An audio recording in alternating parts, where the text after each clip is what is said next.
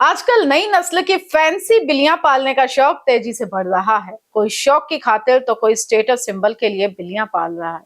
वैसे इन बिल्लियों को लेकर हमारे संवाददाता के मन में एक अजीब सवाल उत्पन्न हुआ है। वो सवाल क्या है, आइए देखते हैं दिलचस्प व्यंग्य से भरी दिग्गज संवाददाता जुबैर खान की ये खास रिपोर्ट। मेरे मन में बड़े दिनों से एक बड़ा ही विचित्र सवाल कुलबुला रहा है। आखिर ये जो लोग आजकल हजारों रुपए खर्च कर नई नई नस्ल की आकर्षक बिल्लियां पाल रहे हैं, क्या वो चूहे पकड़ती भी है या सिर्फ ड्राइंग रूम की शोभा बढ़ाने का काम करती है? मैं ये सवाल इसलिए पूछ रहा हूं क्योंकि पत्रकारिता के साथ साथ मैं एक छोटी सी किराना दुकान भी चलाता हूं, और जहां दुकान होगी वहां चूहे भी होंगे। अब दुकान चलाते चलाते मैं इतना तो बनिया बन ही गया हूं कि लागत और मुनाफे का हिसाब समझ सकूं। अगर बिल्ली सिर्फ सोफे की शोभा बढ़ाए और चूहा गोदाम साफ करे तो सौदा ये घाटे का ही कहलाएगा ना। वैसे क्या आपको मेरा सवाल वाजिब लगता है? मुझे तो बिल्कुल लगता है, क्योंकि आजकल कई लोग शौक की खातिर, बच्चों की जिद की खातिर या फिर अपने स्टेटस सिंबल के तौर पर घर में फैंसी बिल्लियां पाल रहे हैं, ताकि मेहमान आते ही पूछे, वाह, कौन सी ब्रीड की बिल्ली है। जहां तक मुझे लगता है, इस दुनिया में बिल्ली जितना मासूम बदमाश और चूहे जितना शातिर जीव शायद ही कोई दूसरा होगा। कभी कभी तो लगता है कि राजनीति भी चूहे बिल्ली का ही खेल है। चुनाव के वक्त मासूमियत का चेहरा ओढ़ने का हुनर शायद नेताओं ने बिल्लियों से ही सीखा है, और जीतने के बाद जनता की उम्मीदों को कुतरने का हुनर चूहों से सीखा है। चुनाव से पहले चेहरा बिल्ली जैसा भोला भाला, और चुनाव के बाद हरकतें एकदम चूहे जैसी शातिर।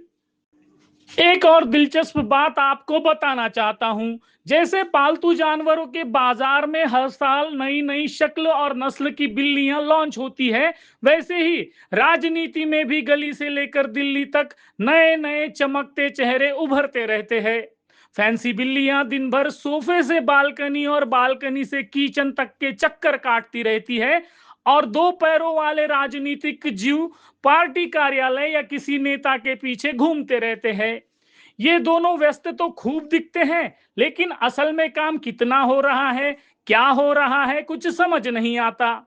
और हाँ, बिल्लियों की बात हो रही है तो बोको का जिक्र करना लाजमी हो जाता है। महाराष्ट्र में नर बिल्ली को बोका कहते हैं। ये बिल्ली का मेल वर्जन होता है। बोका अपने इलाके में धाक जमाता है, मौका मिलते ही शिकार करता है, और खास तौर से छीना झपटी भी करता है।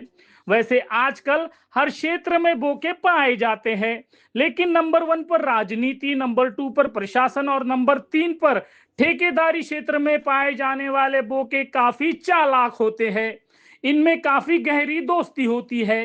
ये तीनों मिलकर कभी सड़क, कभी किसी संकुल या इमारत के निर्माण में कमीशन की खेती करते हैं। और तो और, जनता की सुरक्षा के लिए इनके द्वारा बनाए गए करोड़ों रुपए के कमजोर नाले निर्माण के बाद 2 या 3 महीने भी नहीं टिकते, बह जाते हैं। वैसे आपको मालूम ही होगा कि नंबर 1 वाले क्षेत्र के बोकों पर कभी जमीन हड़पने, कभी योजनाएं गटकने, तो कभी पाला बदलने के लिए खोके दबाने के आरोप लगते रहते हैं। अब उन पर लगे आरोप कितने सही और कितने गलत, इसका फैसला जनता और कानून करे। हम तो सिर्फ यहाँ बोके और खोके इन दो शब्दों की समानता का संयोग दिखा रहे हैं। बहरहाल, मेरा सवाल अब भी बरकरार है, क्या आजकल की नई किस्म की फैंसी आकर्षक बिल्लियां सचमुच में चूहे पकड़ती है या नहीं?